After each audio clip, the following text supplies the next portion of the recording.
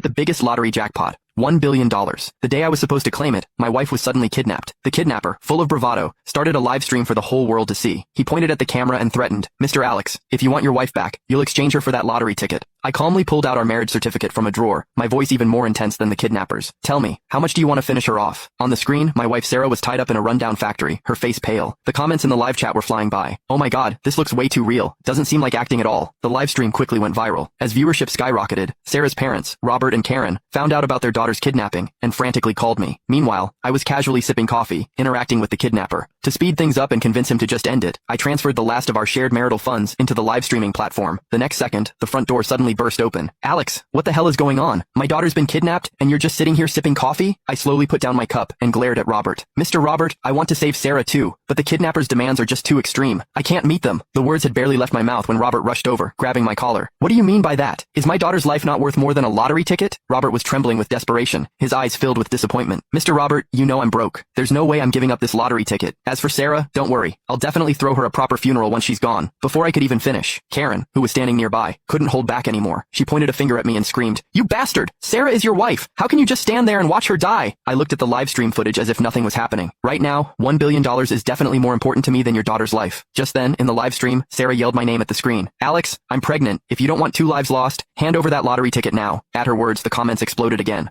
"What? They're kidnapping a pregnant woman? That's absolutely sick. Ugh, this poor woman. It's been so long, and her husband still hasn't done anything." Exactly. Money can be earned back, but if you lose your life, you really lose everything. As the live stream comments kept flooding in, the kidnapper grew visibly excited. He held up his phone with one hand, while the other grabbed Sarah's hair and forced her to the ground. A heart-wrenching scream for help immediately echoed through the video. "Honey, save me!" Sarah struggled to lift her head, her gaze fixed on the screen, tears still glistening in her eyes. The live stream audience was horrified by the scene, frantically pulling out their phones to call the police. Karen, seeing her daughter's miserable state on screen, stumbled and nearly fainted beside me. "Alex, did you hear that? My daughter is pregnant." I quirked an eyebrow. "So what if it's a kid? Once I claim my prize, countless women across the country will be lining up to have my babies." After a few more screams, the kidnapper's eyes were blazing red as he stared at the screen. "Mr. Alex, I'm giving you 1 hour to decide. Money or your wife and child." Mid-sentence, he suddenly grinned. "Oh, and I should warn you, I'm not a very patient man. Every 10 minutes, I'll chop off one of your wife's fingers until she bleeds to death." I sighed softly at my phone screen. "Don't bother with the fingers. Just go straight for the head. There's no way I'm giving you that lottery ticket. Forget about it." I turned to Robert and Karen. "I don't think you two need to worry too much. The police might have already located the kidnapper by now. Even though the live stream's IP address showed it was outside the country, the police might still find him." But Robert slammed his hand on the table. "Alex, everything you have now, you owe to our family. What right do you have not to save my daughter?" He wasn't wrong. The Roberts weren't super rich, but they were far better off than me, a guy who came from humble beginnings. Even my current job was thanks to Robert's connections.